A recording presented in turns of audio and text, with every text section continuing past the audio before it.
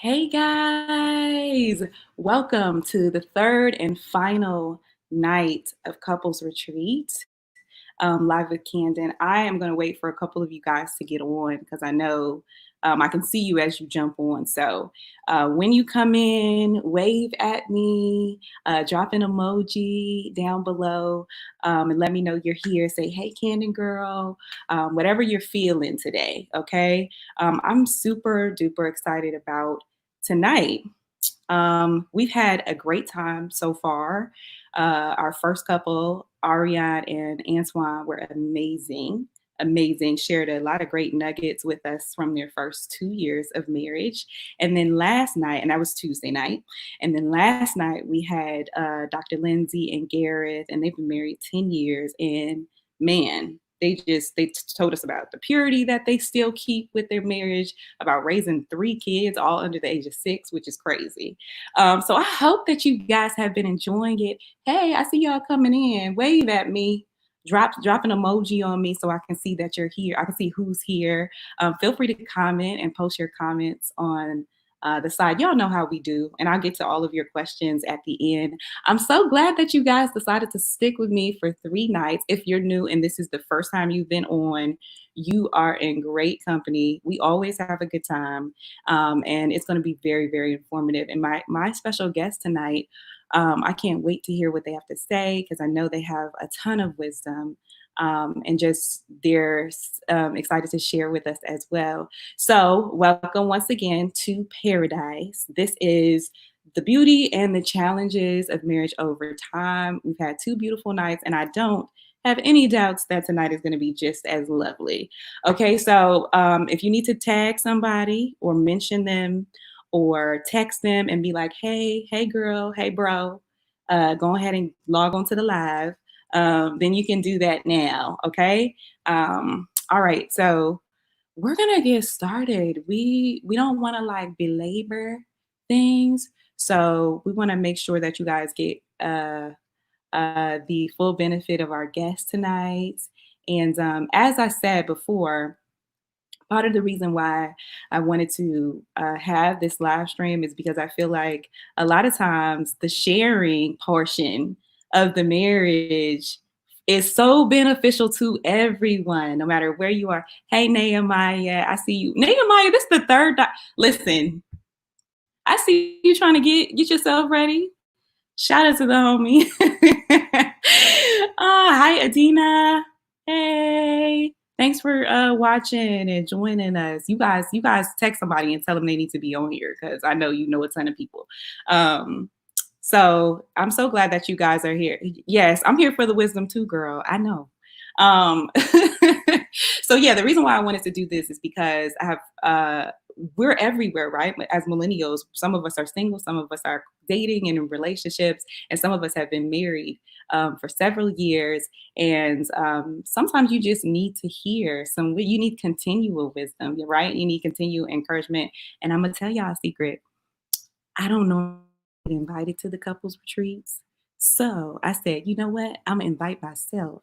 And I was like, I'm gonna bring all my friends too, even though, we may not meet the prerequisites, but you all meet the prerequisites for this one. Okay. Um, you're welcome. You're welcome. I'm so glad it has blessed you. Okay. So we're going to jump right in, guys. I'm going to introduce our guests because, I could talk to you guys for hours because y'all are just my people.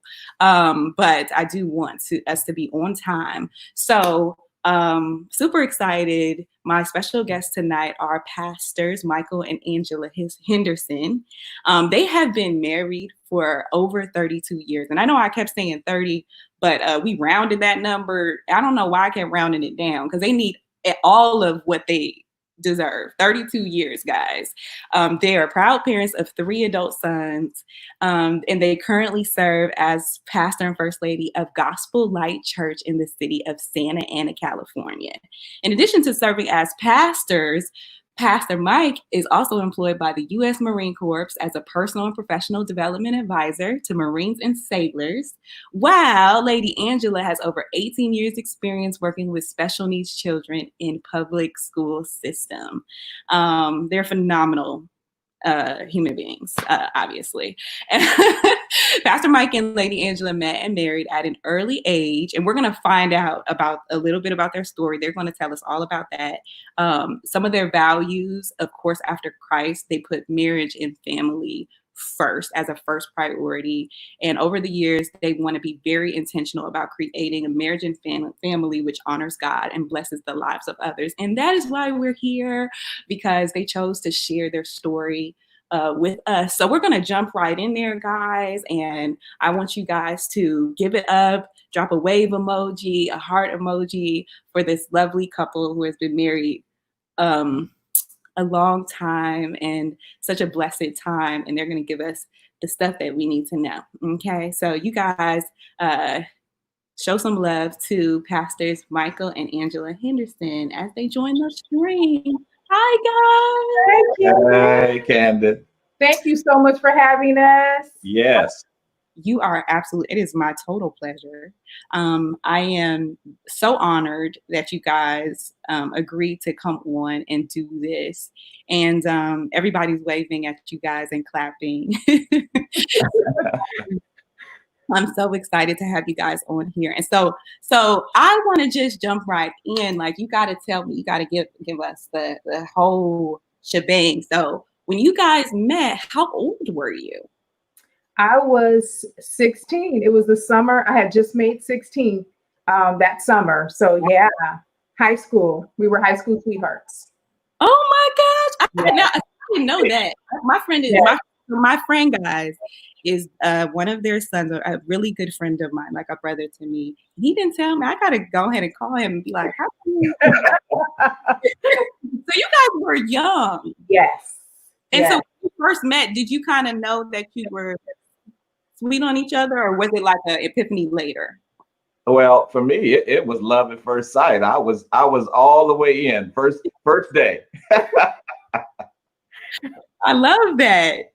And for me, I think we were teenagers. We met walking down Arlington. I was literally walking down Arlington, and he and his friends stopped on the side of the road to talk with us, and that's how we met. So for me, it was just, it took some time. It took some time. Yeah, it was stranger danger. You had to be like, oh, I don't really right. You had to get acclimated. Like, who are your people? Who is your people, though? Yeah. Okay, so how did you guys did he like ask for your number? Tell us how that happened. Did you guys go to the same school? No, we went to different schools. And basically, as Angela said, we were driving. My friend and I were driving. He played football, and we were driving down the street, and we saw her and another friend, and we decided we were going to pull over. Yeah. And so I was sitting in the passenger side, and my buddy said, "Look, man, if you don't talk, I'm going to talk." And so he rolled down the window, and I just started talking. I asked her for her telephone number after a little bit of conversation, and she said no. And I said, "Well, would you take mine?" So I had to make him wait a little bit. Yeah. So I didn't call right away. I made him wait a little while, and then I called maybe a week later. Yeah. Okay. So you were kind of, what were you thinking when he was asking for your number? Were you like, I'm not interested, or were you just nervous and you were like, I don't know if I want to give you, you know what I'm saying? Did you want to? I wasn't quite sure what I wanted to do. And then he offered me his number, and I thought, he's kind of cute. I think, yeah. Looks will get you on the right side. Right. You made him wait a little while, and then you called him, and you guys kind of started to vibe. Yes, definitely. I called him, and we just kind of started to talk, and then I realized, wow, he's young, as I was, but he just had integrity. Even in our conversation, he was just a good person. And so from there, we went on our first date with another couple, and had a sort of kind of good time. And so it just kind of evolved from there. Yeah. Oh my gosh! So you guys went on a double date. We Now did. you're only 16. So Yeah. were your parents? Did he like swoop up to the crib and pick you up? How did that work? I was raised by a single mom. Mhm. And so yeah, he came and he talked to my mother and he asked, could he take me out? And she felt like it was okay. So yeah, so she let me go out with him, and yeah. That's great. You had to roll up and ask mom. I like that. Yeah. I like that a lot. Okay, so how long was kind of your courtship? Were you kind of instantly joined at the hip after that first date, or did you kind of like, was there some years that went by and then you kind of reconnected? How did you guys get to the altar from there?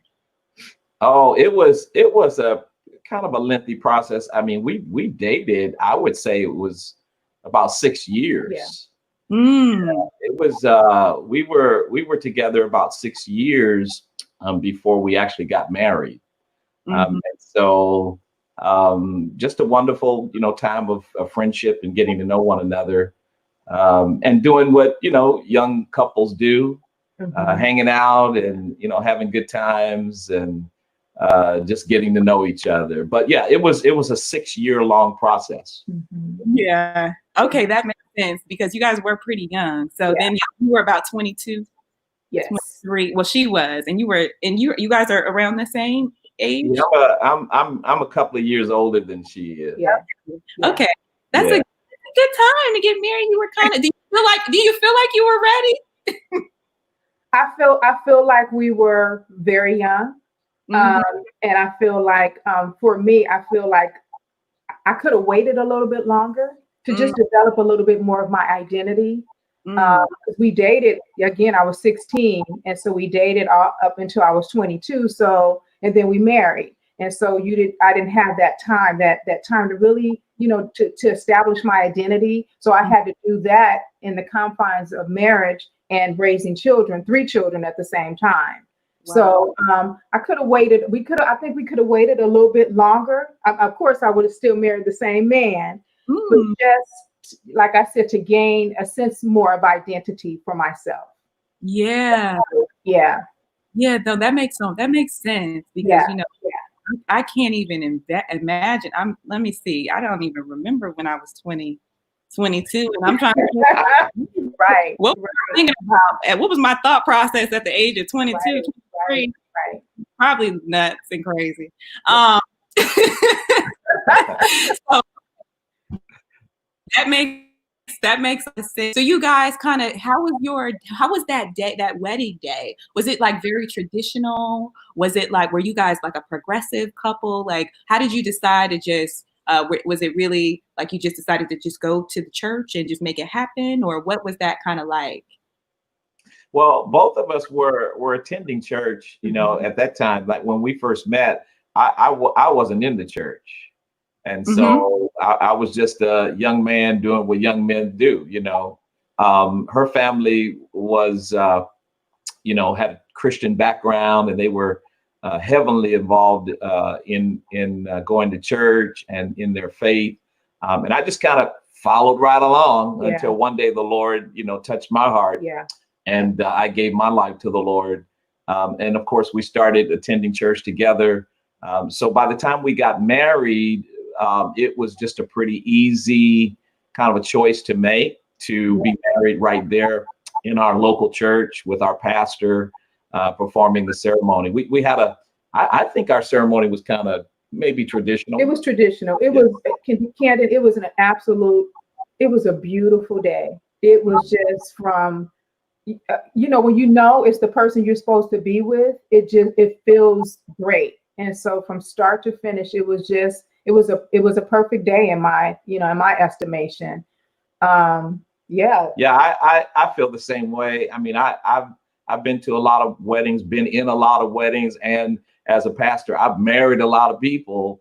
And I'm not just saying this because this is my wedding, but I'm telling you, man, I have not seen a wedding like our wedding.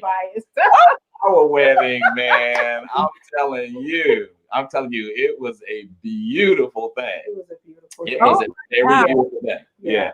I believe it was. I believe it was. And I want to share with you guys. I have a picture of them, and my goodness. I'm going to share their wedding photo with you guys. Look at them. Aren't they gorgeous?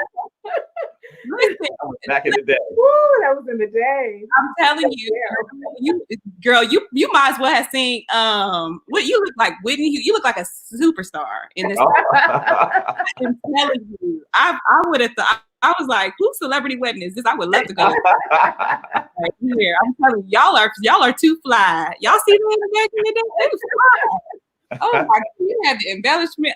Listen. The Lord smiled with you guys during the wedding day. Okay, so how was kind of like the first few years of were you having to? I know you guys kind of grew. I feel like you guys kind of grew up together a little bit. We definitely did. We definitely did. Yeah. So was it hard to kind of transition into that, or did it kind of come naturally because you had already been used to being together? The first few years were honestly, they were easy. We were grown up together, so we knew each other well, and we kind of meshed. We had a lot of good friends, and so a lot of friends who had married around the same time that we had married, and so we just kind of hung out together. We went to church together. We were in community with those friends, and so for the first few years were really, really good. They were amazing. Yeah. Yeah, you know how sometimes they say that the first year or two is really rocky. Yeah. And if a marriage can survive, the first couple of years, then you're on a good track. Well, our marriage was a little different because it was very smooth the first few years.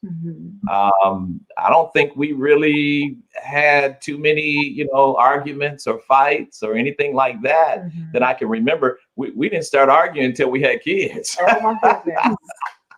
Yeah. The kids did it, didn't they? Woo! Woo, my goodness. Okay, so speaking of that, how did you feel like because I know you guys said, it was kind of easy, kind of transitioning, and those first few years were probably a lot of fun. How did the kids change the marriage? Was it very drastic when you had the kids? And how did you kind of move through that time, that early time of getting acclimated to the kids and not really neglecting each other? Or did you just neglect each other? We just gonna do it in the name of the kids and we'll be fine. No, kids, they literally changed everything. Yeah, it was rough. When we had kids, we had 3 kids back to back, and it was really rough. I can say I'm sure we did neglect each other at times. I'm sure we did, but we did have a lot of I don't know, I guess grace, and we knew that we had a desire to raise healthy, well-adjusted, well-balanced kids, and so I think we had a common goal, and I think that helped. But it was very difficult those few years, and I think that we tried not to neglect each other by we had family members. We would ask them to babysit, and we would just, oh my gosh, when we got a moment away from the kids, it was amazing. And so we asked family members to help us, and it was kind of far and few and in between, but they did assist us with that. Catherine, I know you know Catherine Henderson and Michael, yes. And they were just a blessing. The kids' grandparents, they were just a blessing in helping us out. And then I joined some moms groups, women's groups, and they would watch the kids while I was ministered to, so I could come back home and kind of engage in the marriage. So that really helped out a lot. But it was rough. It was rough. Yeah, we didn't have a whole lot of support. There were some key people that were in our lives that were really there for us, but it wasn't a lot of people. It's different when you have 3 kids and they are, all in diapers and running around. And it's easier to get babysitters when you have 1. But when you start adding 2 and 3, and folks all of a sudden disappear. Right. They're not trying to, No. So early on, we just had to just kind of grit and bear it, and just commit to it, and decide that, hey, look, these are our kids. God gave them to us, and with God's help, we just gonna jump in here and try to raise them. And when we can get a break, great. But if not, we just gonna keep running with this thing here. So, but it's all worked out good. It's all turned out good. But it was rough. It was rough. But I think with that, I think we, like I said, I think we were gentle with each other, because we didn't have a whole lot of people, as Pastor said. My sister, their grandparents, but not too many other people were there, like saying, hey, we're gonna help you out. It was 3 kids, and like he said, bottles, diapers at the same time. So it was like we had triplets. And so, it was difficult. Oh my God, bless your hearts. God, your souls. Yeah. And you had, and just for those of you who don't know, they had 3 boys.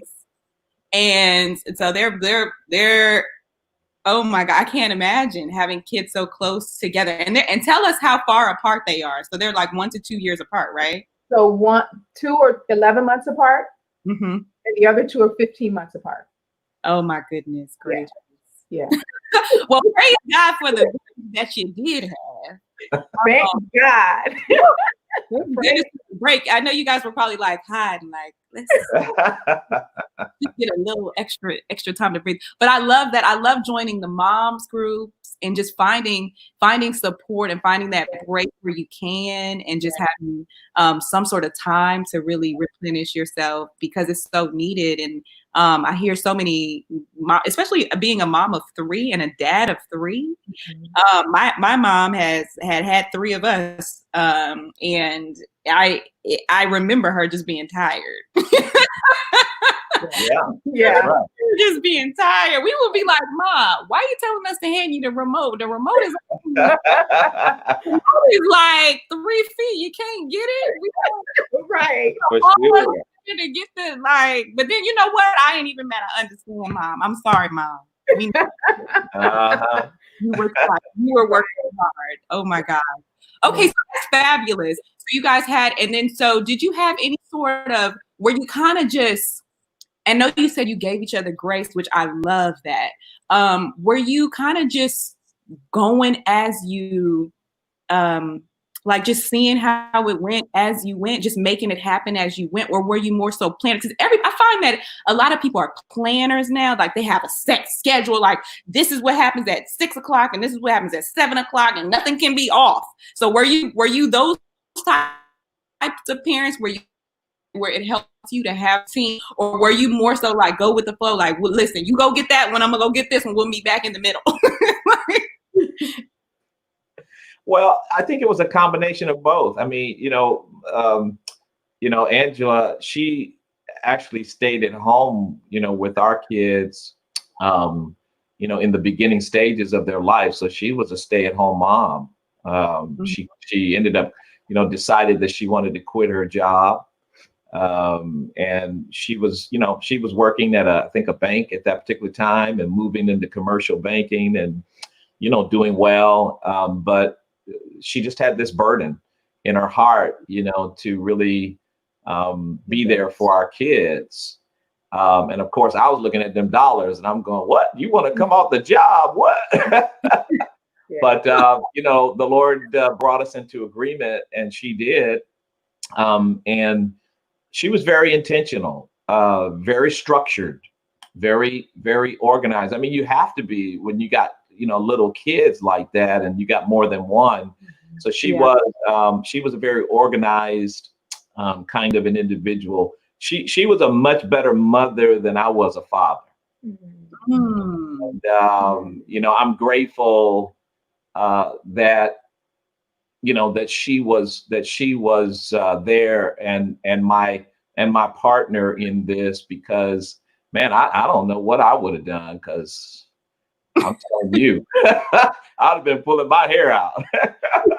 But God really, has given her a wonderful grace, and she still does have that with young children, today. Yeah. But to answer your question, it was a little bit of both. It was a lot of structure, and then there was a lot of, let's make this work however we can make it work. Yeah. I love that you said, that you were kind of open about just being like having to grow in the area of fatherhood. I mean, because I don't think I think a lot of parents might be a little hard on themselves, thinking like, I don't have a knack for this. I don't, like, because you get to see all of your flaws, and when you have to take care of a person, a whole little human being, and I remember I was babysitting once, and I wanted to go get the mail, and I was thinking like, well, so do I got to pick the baby up and take him with me, or can I just leave him here for a second? Right. I'm like, okay, you got to go, but it's so weird because you got to go everywhere. Because if I leave you here, I know. So I was like, okay, let's get you together. But it's so much.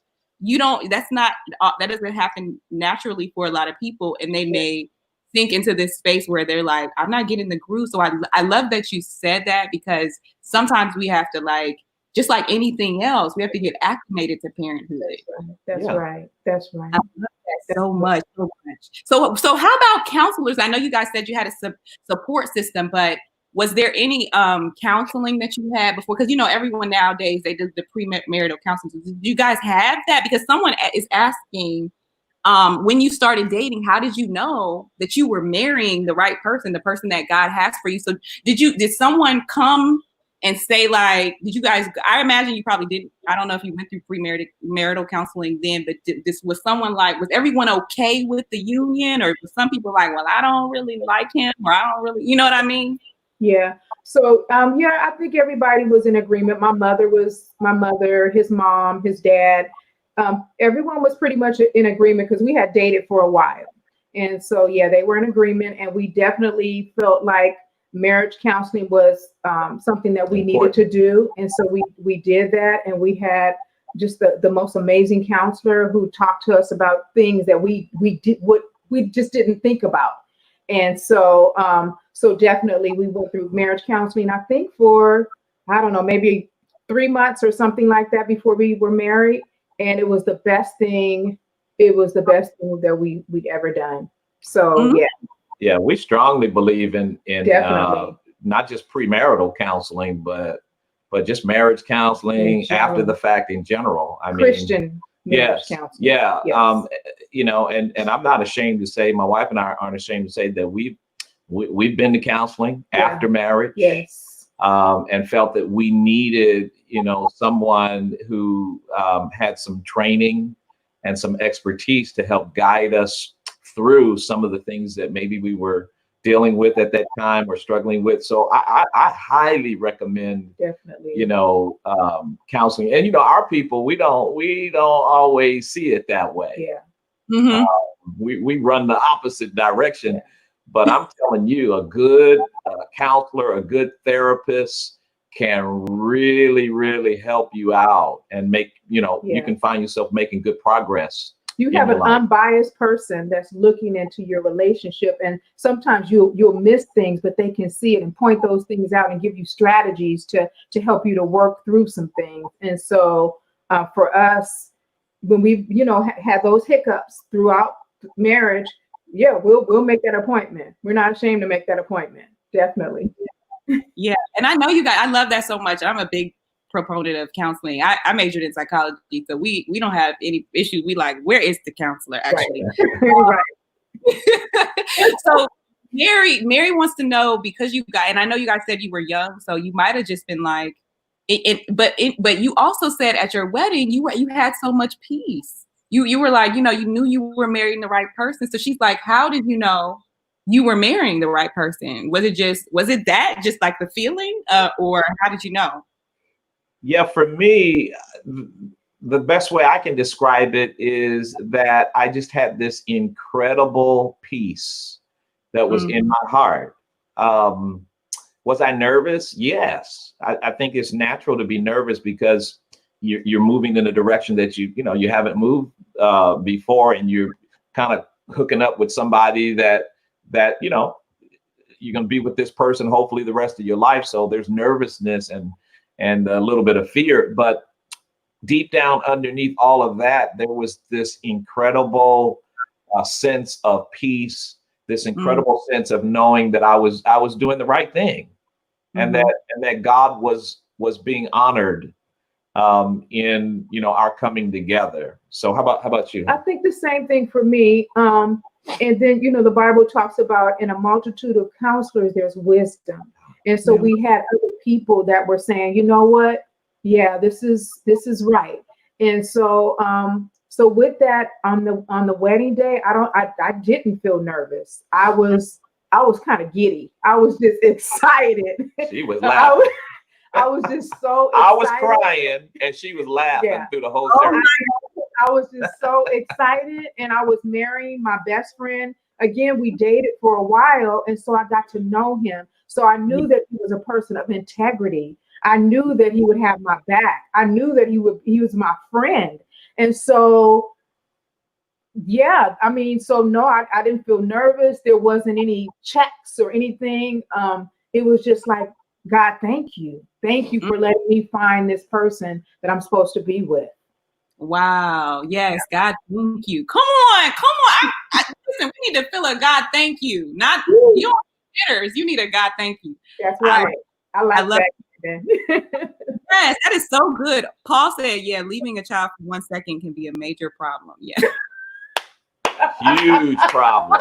Not for 1 second, Paul. Not for, well, yeah, 1 second. Probably for 1 second. I love that so much. Nehemiah, I do see your question. We're going to get to you in just a second. I just want to know, though, as you guys were going through the counseling and as you were getting to, getting counsel and just kind of working your way through your marriage, because you're still young. I mean, even 3, 4, 5 years into your marriage, you're still young. So how did you guys kind of deal with honesty with one another? Were you the type of couple that was just really like blunt with each other, or did you have to kind of like put a little sugar? What would you recommend for that whole like still nurturing your feelings, but I wanted to tell you the whole truth type of thing? How did you guys kind of balance that, and how do you still balance that? Just honestly, to be honest, I'm a very blunt person, and a lot of people don't know that. And he's not. I mean, he is very careful with his words.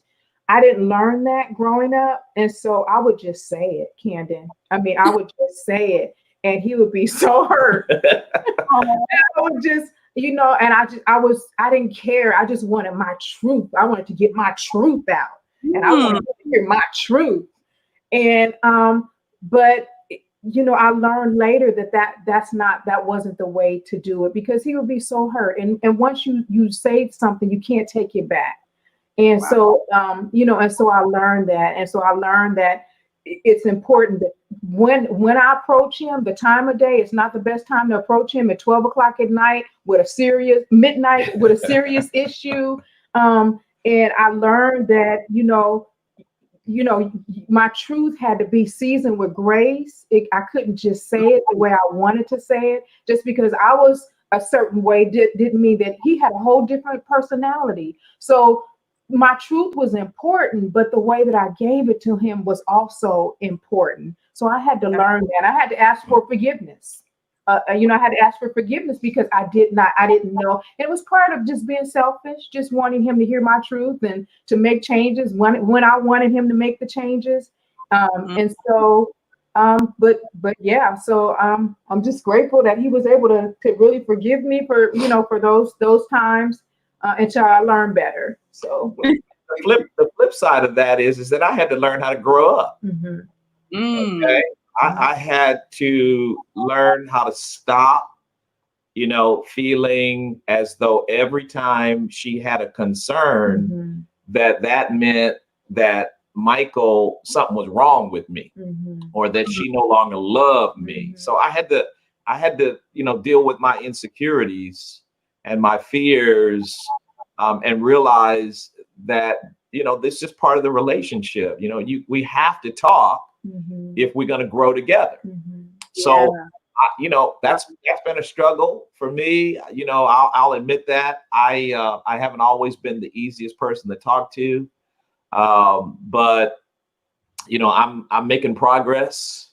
The older that I get, I'm learning, how to do that and how to just sit and listen, and sometimes not just hear what's being said, but also hear what's not being said. Kind of read between the lines and hear her heart. What is her heart's cry? What is she really, what's down up underneath all of the words that are coming out of her mouth? And that's been a tremendous, blessing, to me as I began to grow, in that particular area of my life. And let me just say this: you can have the hardest conversations with people or your spouse as long as they know that you care. Yes, motive and the care is everything. You can almost say anything as long as they know that you care and you're coming from a place of you care about them. Yeah. I love that so much because I think just the meeting each other, like, I could put a little bit of sugar on it. I mean, I don't have to say that. And then just not seeing everything, and then on the flip side, just not seeing everything as a personal attack. Exactly. As something that you're asking for, but not always knowing how to vocalize in the greatest way. Exactly. I love that. I love that sense of compromise so much. And even in friendships, we have to learn how to really do that because we all just want to be loved and understood. Right.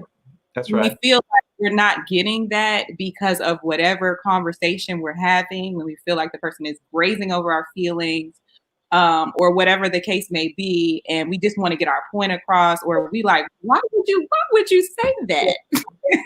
That's right. But why would you say that like that? Sometimes it's hard for us to hear. Right. But it's so important to learn how to have that dynamic where you're like, well, let me try to step outside of myself and hear myself. Step out of my side of myself and not be offended and hear what you're really actually saying. So I just love that so much, so much. And I like that heart's cry thing because there's a book by Rob Bell, and it has like a really weird name. It's called like Sex God or something, but it's so good. It's about the first chapter talks about what people want to say but are not really saying, and all the stuff they're saying. And, I just love that so much because I think so many times people don't know how to vocalize what they're really actually needing, and so they just start talking about stuff because it's hard to communicate effectively. That's the thing to learn. That's right. So, that's wonderful. I want to know. I was watching this recent interview with Layla Ali. And she was talking about her relationship with her husband. They've been married a good amount of years now, I think like 10 or 11. And she was saying that with everyone else, she's one way. And like in the public has this view of her where she's like kind of tough, you know what I mean? And like smart mouth, because she'll like mix it up like how Muhammad Ali will do those rhymes and stuff. She'll do that too. And like it's a little spicy, you know what I mean? And so she was saying that, but she said she's totally, completely different with her husband. She said she said she is like so much softer.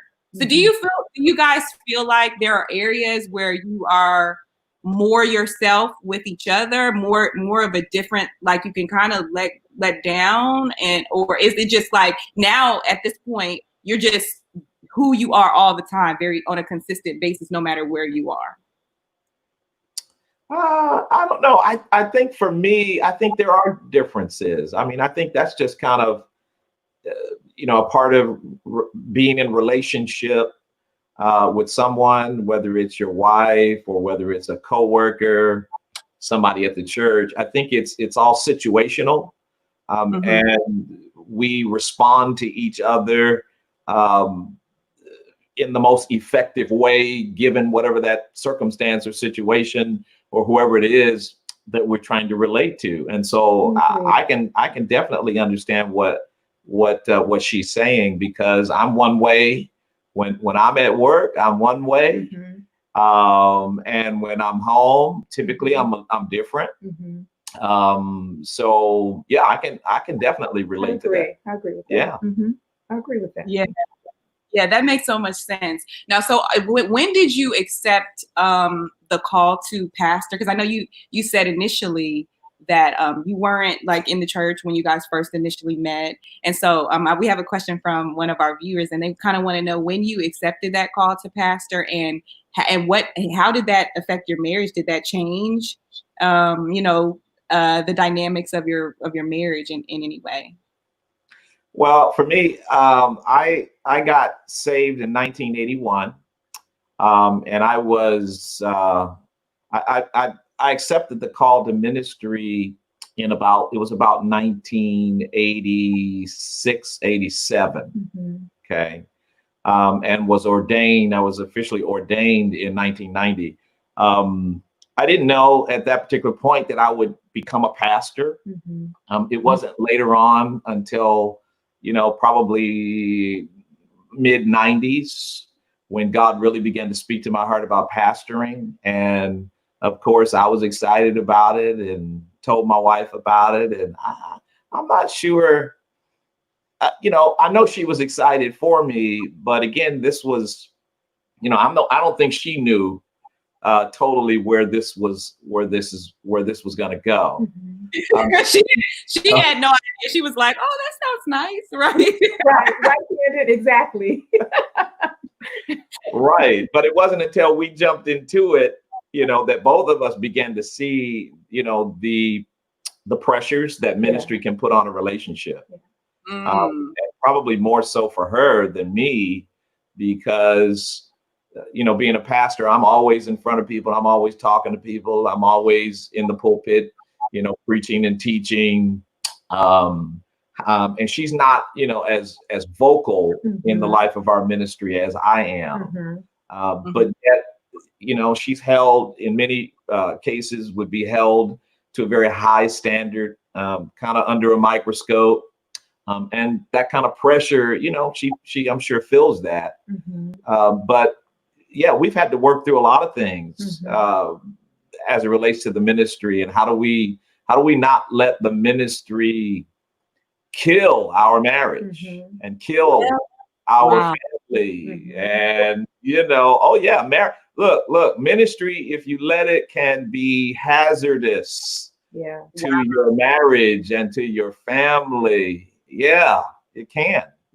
It can. And so I will definitely say amen to that. It definitely have to work overtime to make sure that does not happen. That, you keep first things first and keep your marriage and your family priority, even before the church. Even before the church. Yes. Because things can get really out of hand. Oh my gosh. I never thought so much about that.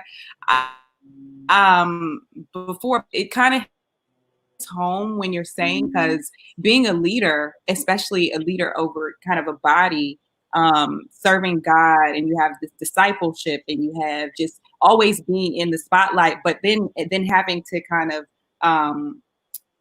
hold the standard.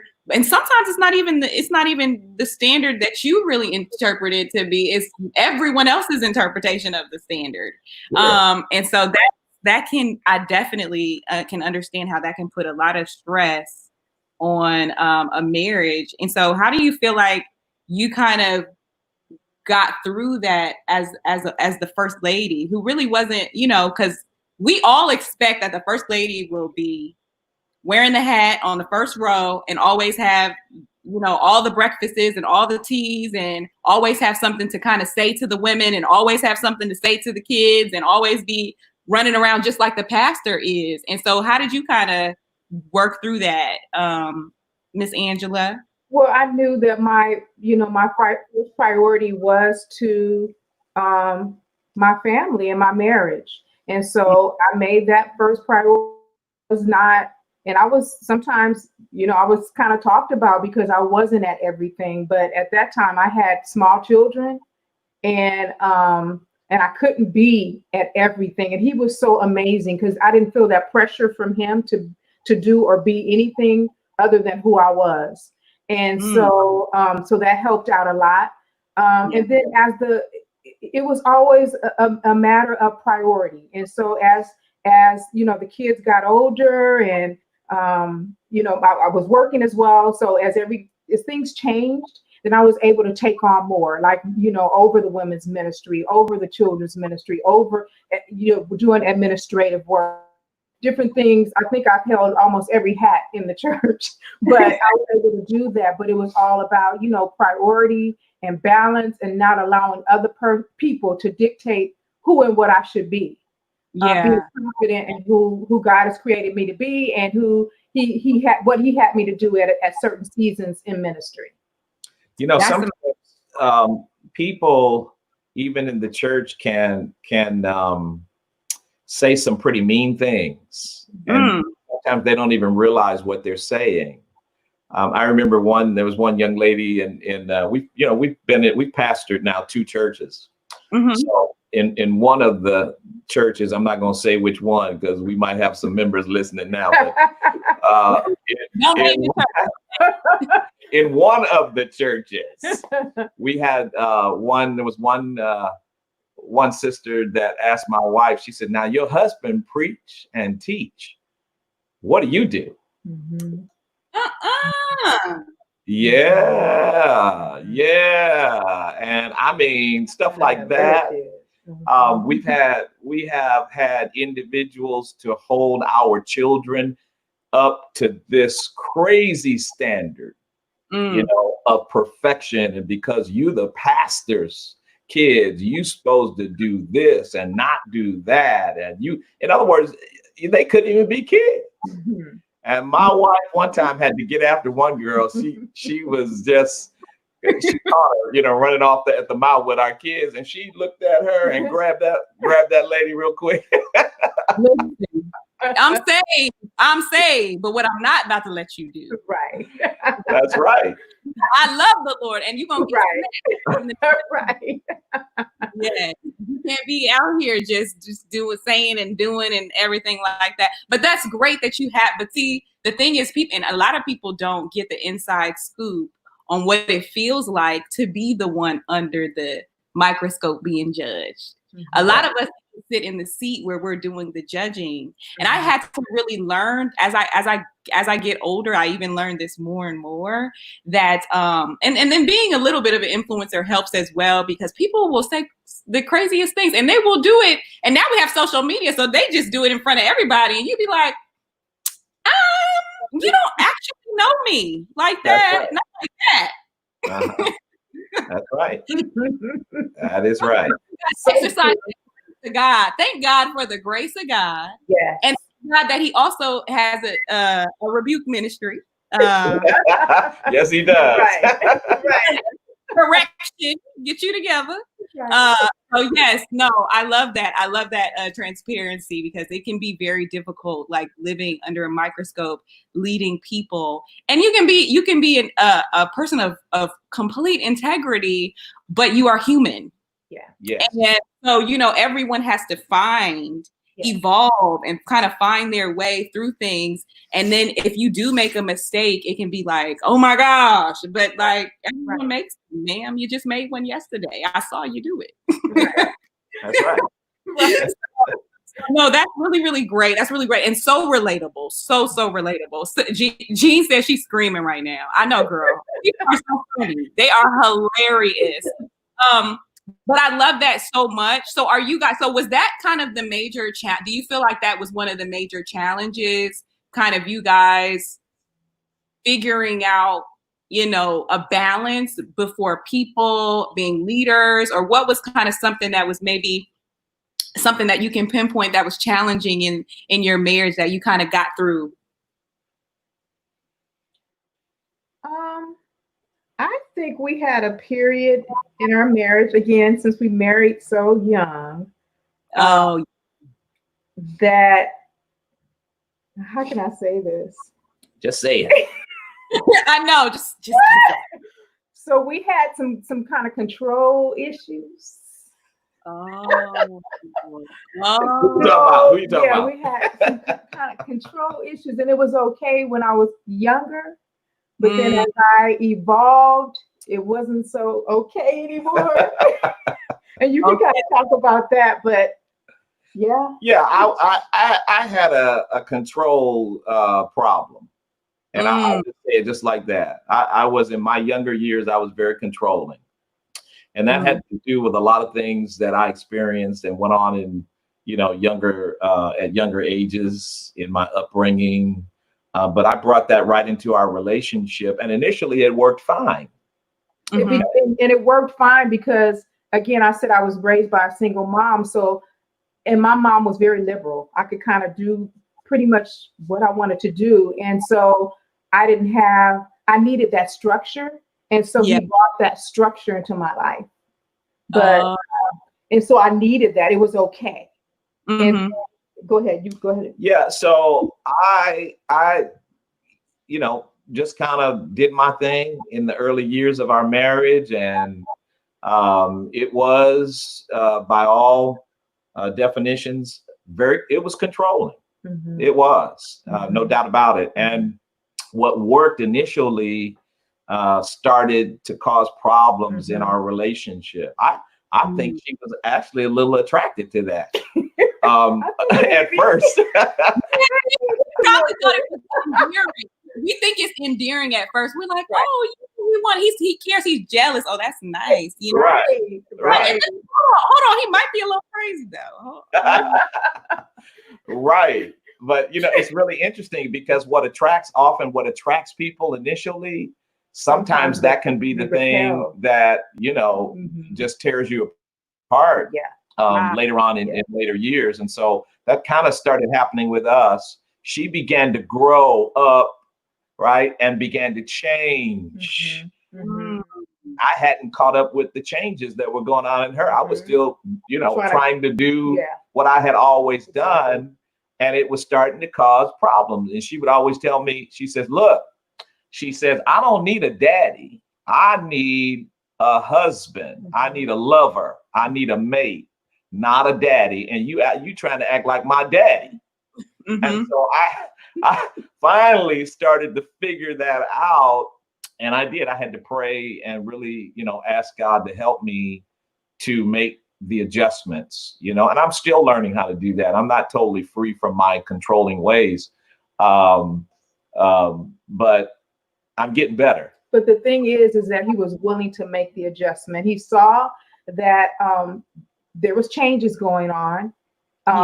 He tried to make those adjustments. And that's what we should, in marriage, that's so important, because I heard someone say every 10 years you have a new spouse because they change. Yeah. And so you have to keep up with those changes.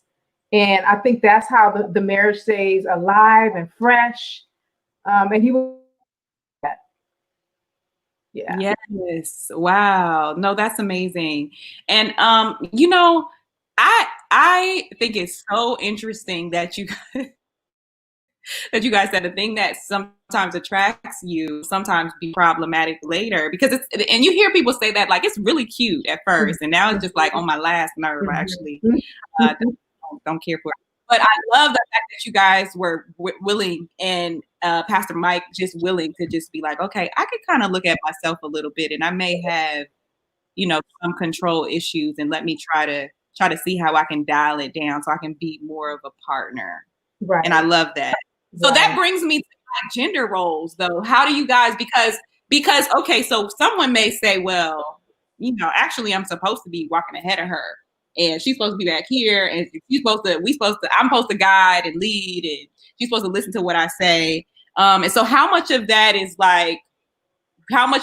played a part in you guys' marriage? How do you kind of even keep that balance between not being controlling but still leading? And do you guys have a house where you had certain things assigned based on being the wife or the husband? I think we both kind of had traditional, mindsets in that regard, with respect to, the role of a wife, the role of a husband. I know I did. And I think that's probably what got me into trouble. That kind of thinking, right? That's what I mean when I talk about this whole controlling thing. I'm the man, I'm the husband. Obey, do what I say, do. because I'm the head. And that sounds good, but let me tell you that ain't always you don't get the best results in marriage, I think, having that type of a mindset. And so certainly for us, we had to figure out another way. I had to figure out another way because that was not working. It just was not working. We was bumping heads, and I'm telling you, she just wasn't having it. Like, listen, I done made it through life. I'm smart. I got things going on. You're not about to oppress me. Exactly. Yeah. So, I think now, after being married for, as long as we have, we've learned how to appreciate, the differences in each other. We've learned how to affirm those differences and realize that, hey, God made you a certain way, and He made me a certain way, and He made us that way on purpose. Yeah. And He brought us together so that we can complement each other, not compete with each other, but complement each other. Yeah, that's good. Yeah, and so we've just tried to work on that as best as we can. In my earlier years, I really had to come to grips with the fact that I didn't have the right view of my wife. And I'll just say it, I didn't have the right view of women in general. And I had to work through that. I had to work hard at that. And I remember times writing in my office at home. I've got this little whiteboard, and sometimes I'll write things on the whiteboard. I remember writing out all of the things that I value about my wife, because my prayer was, God, I need to grow in this area of my life. Okay, because this is a partnership, and what we do together, and that's what glorifies you. So I would write out these things on my board to remind myself, every single day, that this is who my wife is. These are her strengths, and I value that in her. And when it comes to these areas of life, I'm going to take a step back and I'm going to let her lead, because she's the one that's got the gifting and the skill in these particular areas. And it's all right to learn from her, as she leads in those particular areas. So, I said earlier that my wife is tremendously gifted with children. And I'm not just saying that, I mean that, tremendously gifted. And I marvel at what she's able to accomplish with kids. And man, you set me in the room with them for a few minutes, and I'm just like going crazy. But I've learned to respect her thoughts and her opinions in those particular areas, to allow her to lead, because that's what God has given her to do. And then there are areas in my life that she recognizes as strengths, definitely, and gifts. And she allows me to lead in those particular areas. And then, of course, she learns whatever it is that, that she feels that she needs to learn and glean from those things that God has put in my life. So we do it together, and we lead together. And it creates this beautiful harmony. Yeah. It does. And it's just beautiful to, because I realized when he made that shift, and it freed me in some way to even be more creative in certain areas. And it was just a beautiful harmony. I love that so much. Just being able to kind of lead in the area of your gifting. Yes. Because some people are better at like managing the finances. Some people are better with kind of getting a schedule together for the house. Some people are better at like making big choices, making travel arrangements, keeping in touch with the family and all of that kind of stuff. And so that's so great that you guys are able to kind of have that balance after a while, It's so great. That's amazing, man. Okay. So, and I'm trying to like get everything I can in because this is so good. I agree with the young lady. She said I might as well just give you guys my insurance card because this is therapy. Yes, girl, it is. And affirming each other. Yep, Nehemiah, that's perfect. A wise woman is necessary to have. Absolutely, because wisdom, if you listen to your partner and they may be able to see something that you don't see, even though you're in the leadership, you're in the driver's seat. Right. I love that so much. So you guys, how did you, so you got married, you were pretty young, you had the kids, you had your small but valuable support system. You had counseling, and then the kids kind of were growing up. And then, so did you have this moment that a lot of parents and married couples talk about where you had to kind of get reacclimated with each other once the kids left? Because you guys have 3 boys. They were all kind of, born not too far apart. So they kind of left one by one, like really quickly over probably the span of like 5 or 6 years. They probably all left. So was that kind of traumatizing for you guys after so long of having your kids? How did you transition? Was that transition good, or was it like kind of turmoil? Like it was rough. And look, I was planning and scheming and plotting, right? You couldn't wait. I couldn't wait till they was getting ready to get out. I was like, yeah, we about to have our life back. He was like, next month, we move. I'm telling you, I had it on the calendar.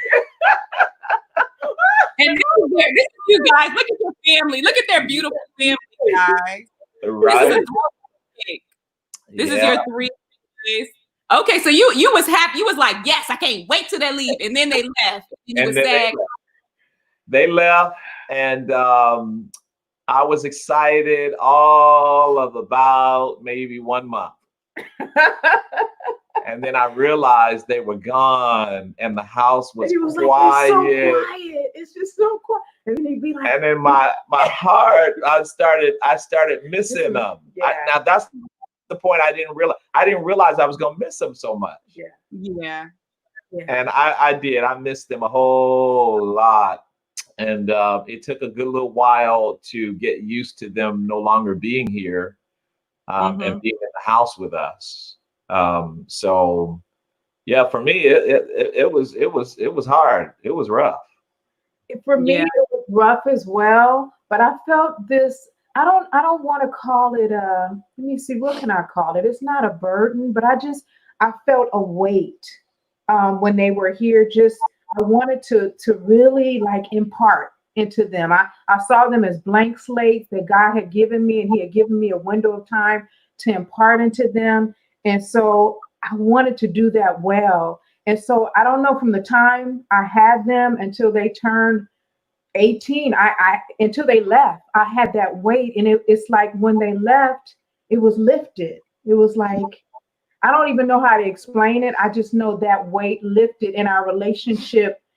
I still, of course, care about them and think about them and pray for them, but it's different because now I have friends now. They're more of course, I can speak into their lives, but we're friends now. And so that weight, though, it's not there anymore of training and nurturing and all the things that I feel like the Lord wanted me to do when they were here in the home.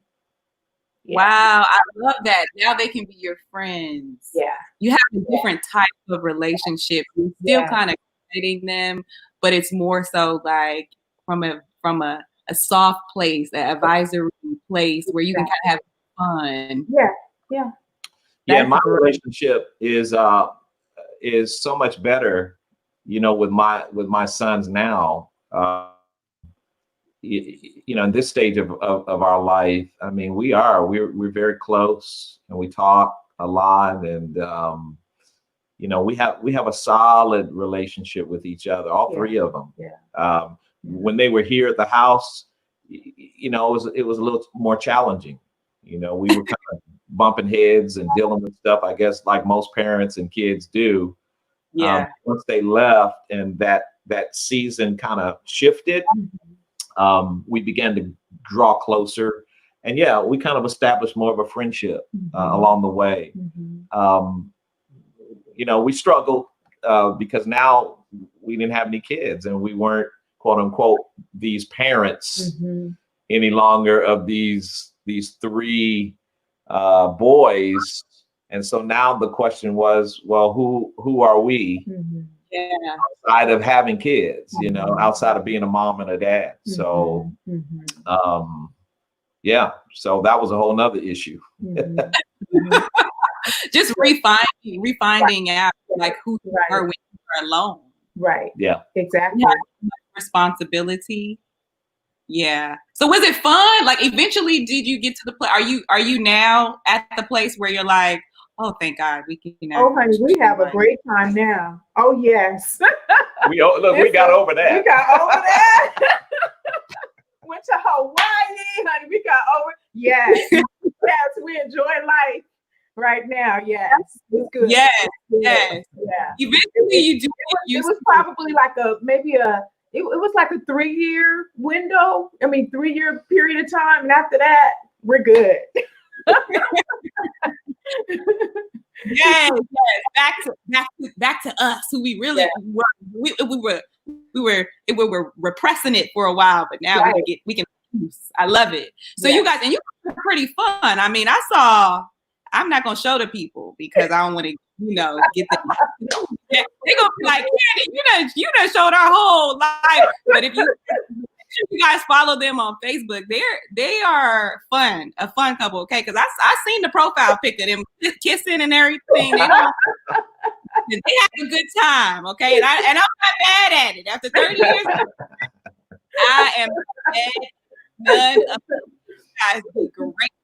So would you say after being married for 32 plus years that you're still kind of finding out things about each other? Like, have you discovered, I'm guessing you were slightly quarantined, even though maybe since I know you have a home office and those kind of things, you're probably used to working from home, but are you finding out more things? Did you find out something new during that time? Are you still finding out things that are new, or is it more so just this comfortability of like, I know you to be consistent in who you are at this point? Yeah, I think so. And he loves to eat. I don't know how you maintain, but this brother loves to eat. Just like but seriously, no, we're together and we've been together and I kind of know him. So I don't think it's anything new. I know him well. Yeah. What do you? I think for myself, being, in this stage of social isolation, and being at home, I think it has forced me to, what's the word I'm trying to use?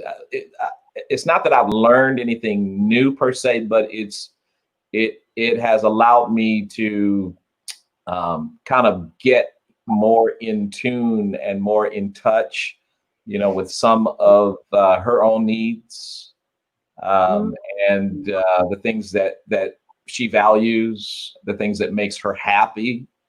It's amazing what happens when you slow down. Yeah, that's true.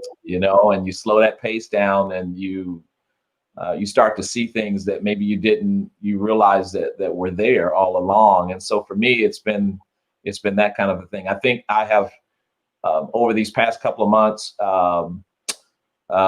been reminded of the fact of how important it is for her to have community and people. And she's very extroverted. I'm introverted. Yeah. And so being in the house for her is like torture. Some days, not every. I can be up in here, man. I'll shut in and nobody have to see me or nothing. I'm good. But for her, she have to get out, and she has to get out there and feel the rays of the sun and interact with people and all that kind of stuff. And so just realizing how important that is, for her for her inner well-being to have that and to have opportunities and time to to do that. So yeah. Real important.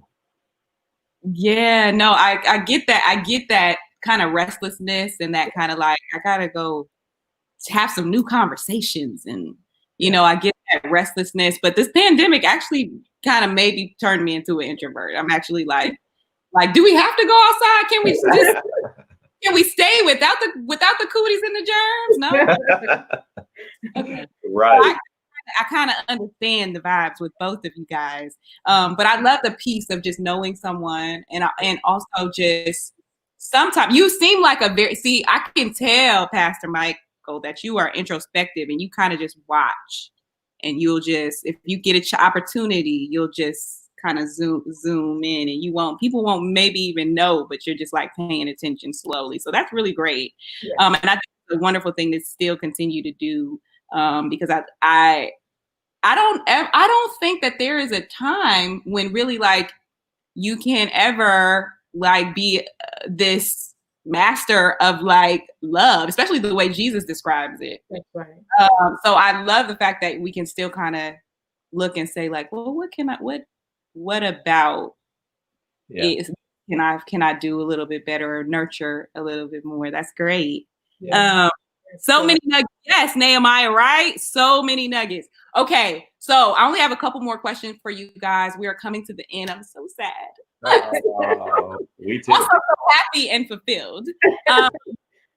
So I wanted to kind of ask you guys kind of something that you feel like your partner has taught you about life. Like, what's one thing you kind of learn from them? Like, you're like, oh, I didn't really ever think about it that way. And you kind of got that from your involvement, from watching them, from talking to them.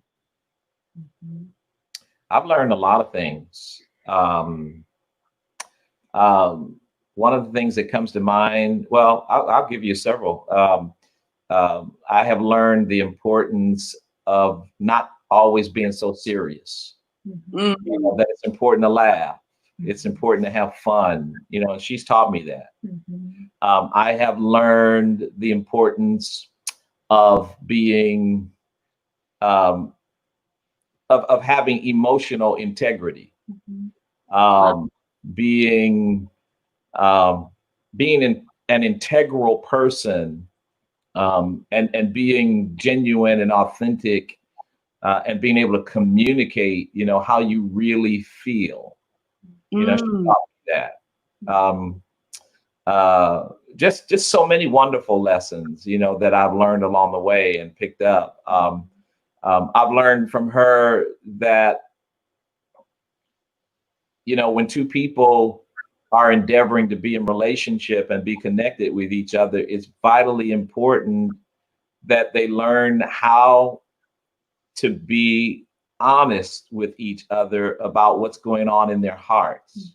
That there is a direct relationship between, honesty and genuineness, and being authentic and genuine, and bonding, feeling connected with that person. I learned that from her. I didn't know that. And she's taught me that over the years. Yeah. How about you? That's some good stuff. I think was that pretty good? Was that pretty good? I love it. I love it. I think he just really taught me how he's done so much internal work, and he's taught me how not to be afraid to just work on yourself, to work on the person that you want to be. And you see how honest and vulnerable he is. He's taught me that you should be that way. You should be all honest and vulnerable, because if you want to get to the person that God has you to be, wants you to be, that you have to see your flaws. You have to see yourself. You have to admit your flaws, and not just hold on to it for yourself, but to tell other people, because it blesses other people. So I've learned that from him. So yeah. That's so great. That's so great. And one of the things you said, Pastor Michael, was emotional integrity. So is that like when you are thinking something and feeling something and just being truthful in how you are relating that to the person, like in the conversation, or what do you mean by that? Well, Angela is a very discerning person. And so it's hard, man. I tell you, you know, she sniffs it out. I mean, she can tell. I don't know if it's just because she's been around me a long time or whatever, but I just can't get away with it anymore because she's gonna see it. So what I mean by being having integrity, you know, in that way is that, you know, it's important for us to be honest and real and truthful about how we feel. Yeah. You know, because one of the things that she's taught me also along with that is that when you're not that way, it breeds insecurity. It breeds it breeds lack of trust in the relationship, and so it severs the connection or the bond that you really want to have. So we grow close to people that we know. Yeah. Right? We learn how to love people to the degree that we know them. And so the communication piece becomes incredibly important in order for us to really be bonded and to be one, you know, as the scriptures tell us that we should be. So yeah, just learning how to be open and honest and real about how we are really feeling is so important. Yeah. No, I love that because I heard you say that she taught you how to be kind of 100% authentic and honest. And I heard her say that you taught her how to be soft in the honesty, how to be vulnerable in the honesty. Because sometimes we're honest, but we're not honest about how we're feeling in a vulnerable space or how it makes us feel. We'll tell you what we don't like. Right. We won't tell you, well, that makes me feel insecure, or that makes me feel like you don't care, or that makes me feel like you're not helping me. You don't care about helping me with responsibility, or you don't consider my feelings. And those are the real things that kind of need to be said for someone to really understand where you're coming from, especially someone who's very emotionally in tune. You have to be able to give them it that way so that they can say, oh, she's telling me this so that I can connect with her better, and not because she just wants to be out here complaining. Right. I love that. I love that so much. Yes. Yeah, somebody said we need to take up an offering for y'all because y'all. Let me give you my cash out. Right. I know, right? Listen, we just drop the cash out. That's how we take an offer for First Lady and Pastor. What would you guys have been graced to be married for 32 years. You have 3 beautiful children, and I can personally vouch for the fact that they are more than decent human beings. And that's a hard thing when you're pastoring, when you're raising kids and all kind of stuff is going on around you. And especially when I'm gonna just repeat that, when you're pastoring, because when you're pastoring, your children are not always feeling like they have the freedom to be who they are.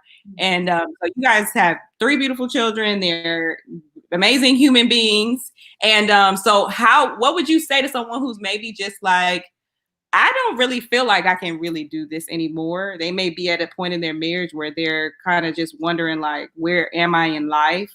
Do you have any advice for them, or any thing that you would want them to think about in the moment that they're having those feelings in their relationship and in their marriage? I think I would tell them to just not to make any decisions when they're emotional. I would also tell them the Bible talks about in a multitude of counselors, there's wisdom again. So, to seek out counsel, to make sure that they're talking to other people, and not to do anything in haste. I think that's what I would tell them. Yeah, you really need time.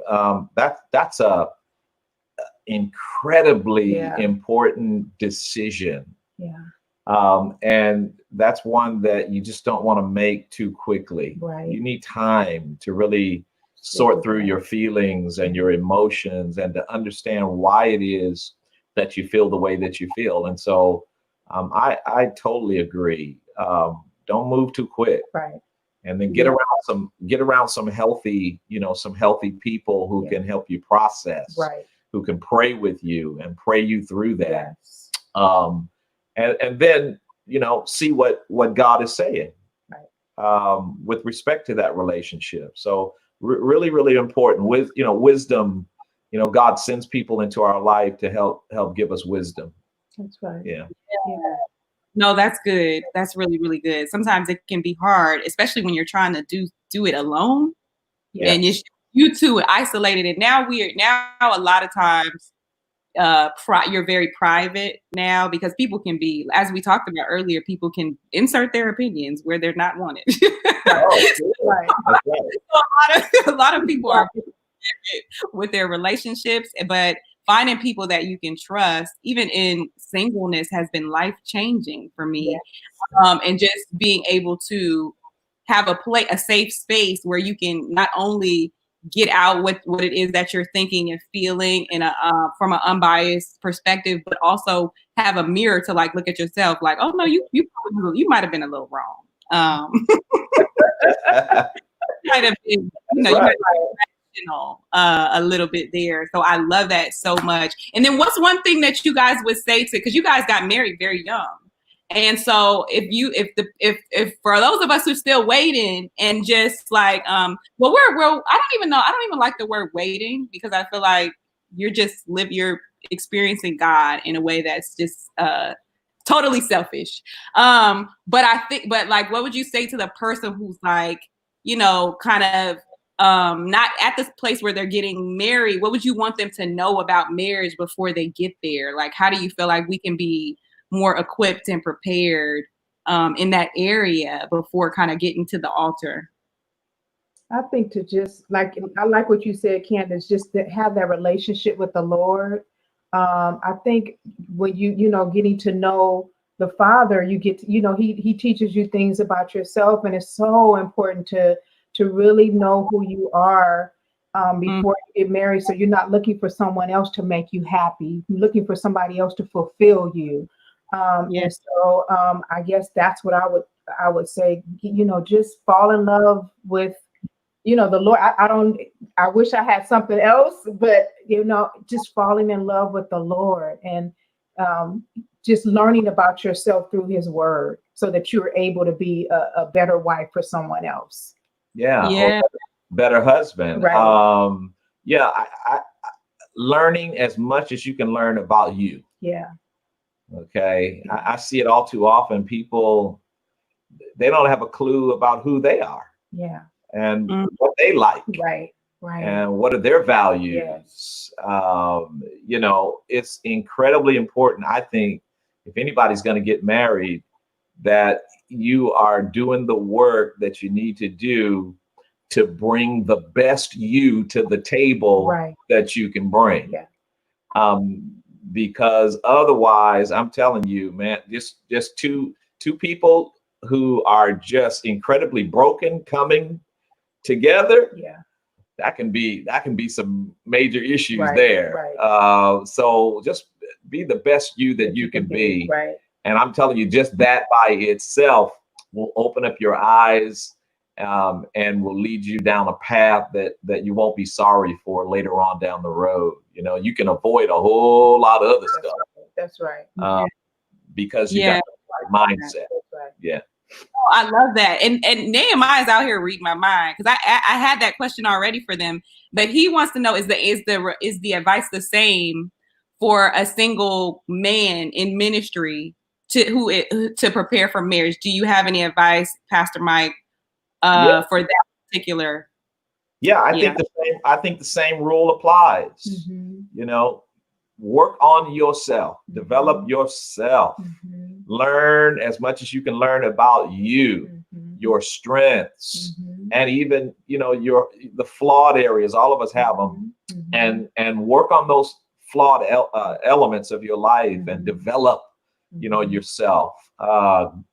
Do the hard work of growing, right? So that when God brings someone into your life, you can really be a blessing to them. Right. Be a blessing to them. Right. It's not about what they do for you, but it's about what you can do and how you can be a blessing to that other person. I'm telling you, when you got two people like that, man, who are in it to bless one another, to love one another, to serve one another, man, I'm telling you, you got something good there. That's good. Yeah. Yes. Come on, wholeness. Come on, completeness. Right. And then putting those together, and it's just beautiful. It's a beautiful thing. I love that so much. Crystal said, that's great advice, Mom. Managing emotions in marriage is so critical. Yes, that's correct. That's correct. Some of us got to learn how to do that too. Manage the emotions, you know, so that we can not pop off and be crazy. Right. I'm talking about my friend, not me. These are life lessons for partners at any stage of a relationship. Yes, Nadine. Yes, they are. Okay. Do you guys have any other questions, guys? This is your last call for questions. Nadine says she has goosebumps. Nehemiah says fire. Okay. I don't have. The only last thing that I want to know from you guys is, because you guys are walking out. It seems like you've walked out so much purpose, you know, in your life and your family. I know that you guys were saying your priority, you know, was always, you know, just putting your family first and really, like, you know, being committed to that. And even among pastoring.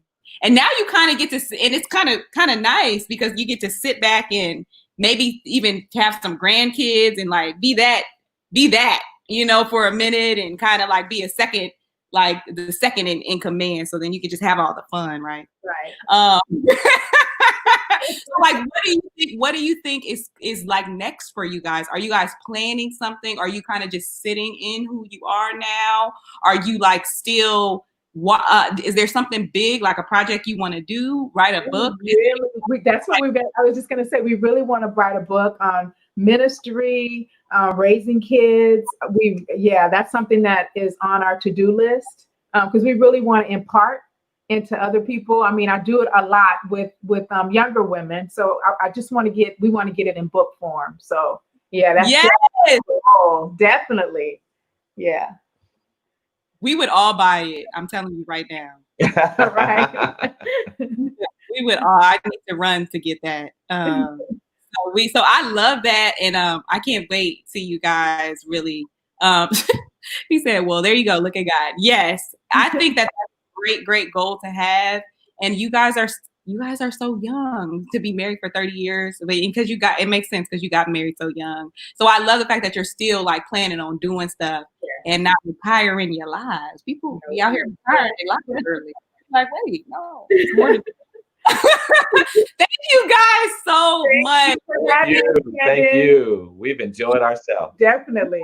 Phenomenal. I was so honored to have you on, and you met every expectation with just and surpassed them with just who you guys are, and even how you interact with each other. I like, because I think that there's like such a unity there.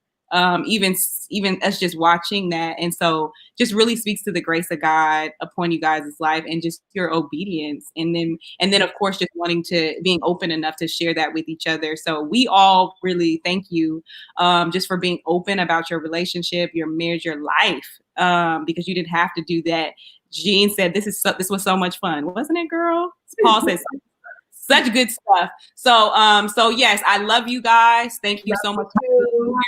I want to just do one last thing, and just, if anybody's on here who doesn't have a relationship with God, we can pray for you. That's the number one relationship, and whether you're married, single, engaged, that's the number one relationship that you can have. You can always return to your first love if you've left him, or you can meet him for the first time today, even on this live stream about marriage and relationships and all the good stuff. Pastor Mike and Pastor Angela, they literally dedicated their lives because they thought that Jesus Christ is just totally worth it. And they have a personal relationship with him. They're examples as a married couple, but they're also examples to the grace of God. So if you do not have a relationship with Christ, we would not, leave here without offering him to you. He definitely loves you. He died for you. And he wants you to accept him. So you can do that now. All you have to do is say, "Dear Lord, I believe that you died on the cross, that you rose again for me in 3 days, that you wiped all of my sins away, and I accept you into my heart from this day forward." And I'm going to ask Pastor Mike if he wouldn't mind just to pray for you as we end this live stream. If you did just say that prayer, if you wouldn't mind, Pastor, would you say a prayer for all of us? Sure. Father, we just thank you and we praise you again for this day and for this moment, this space and time. Thank you, Lord, for who you are and just for the great love that you have for each one of us. And even right now, we just pray for those that have been listening in. You know us name by name. You know us situation by situation. You know the thoughts and the intent of our very heart. You know right where we are. And so I pray now in the name of Jesus, God, that you would reveal yourself to each one in a way that we can know you for ourselves. I pray that you'd encourage every heart. Somebody is struggling. Somebody is in a difficult place right now. And I just pray that you would open the floodgates of heaven, that you would just shower them with your grace. May they know beyond the shadow of a doubt, God, that you are with them. You promise to never leave them nor forsake them, but you'd be with them always, even unto the ends of this age. And so be with them in a powerful way. Minister to every need under the sound of my voice. And Lord, we'll just be careful to give you all the praise, the glory, and the honor. For it's in Jesus' name we pray. Amen. And amen. Amen. Thank you so much, Pastor. Thank you. Appreciate you so much. Keep showing us it just by living who you are. We need you. We love you. We got so much out of this call and this live stream. And so hopefully I get a chance to talk to you soon. And I can't wait for the book. All right. Thank you, Canden. Thank you. You're welcome. All right, guys. Thank you so much for joining us. Parting is such sweet sorrow, but wasn't that good, y'all? That was amazing, right? I'm going to take some of those to the bank and cash it. And they're such wonderful, lovely people. So I want you guys to do the same thing. You can follow them. They are on Facebook. And I will post their so you can find them on Facebook, and so that you can keep up with Pastor Mike and Pastor Angela. Super, super sweet people, as you guys have seen. I appreciate you guys for joining us. Some of you guys have been here all 3 nights, so thank you so much for being for rocking with me, rolling with me. Share this with a friend, tag them, put it on their wall. It's on YouTube and on Facebook. YouTube takes 24 hours to show up, but I will send out the link to all of you guys who registered. Thank you so much for joining. And let me know, drop a comment, tell me what you want me to do for the next live stream. Yes, all 3 nights was popping. I know, right? And I'll keep it going for you guys. So if you have a certain topic you want us to talk about, we will. And I hope you've enjoyed Live with Canden Couples Retreat. Thank you, guys. I see y'all pumping it up in the comments. Thank you so much for being here. And we will see you next time. Have a great day. And remember to keep God first as the priority relationship. That's the one right there. All right, guys. Love you.